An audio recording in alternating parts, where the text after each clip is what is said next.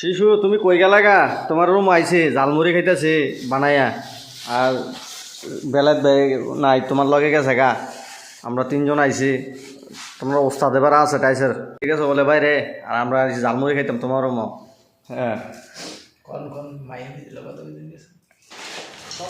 সেনাসুর দি মা হাইতাছে সুন্দর করে তোমার ওস্তাদে। তোমার ওস্তাদে জালমুড়ি বানাতে এক নাম্বার। এবারে দুজন আইছি, এই যে কইতাছে বালাগারে আছে, খাইয়া যাও জালমুড়ি আইছো খাইল। ওই আইলাম সামান টামান নিয়ে সবকিছু। বোর্ড আনছি দোকানের থেকে না, আলু সব আনছে, এই যে লবণ দিতেছি।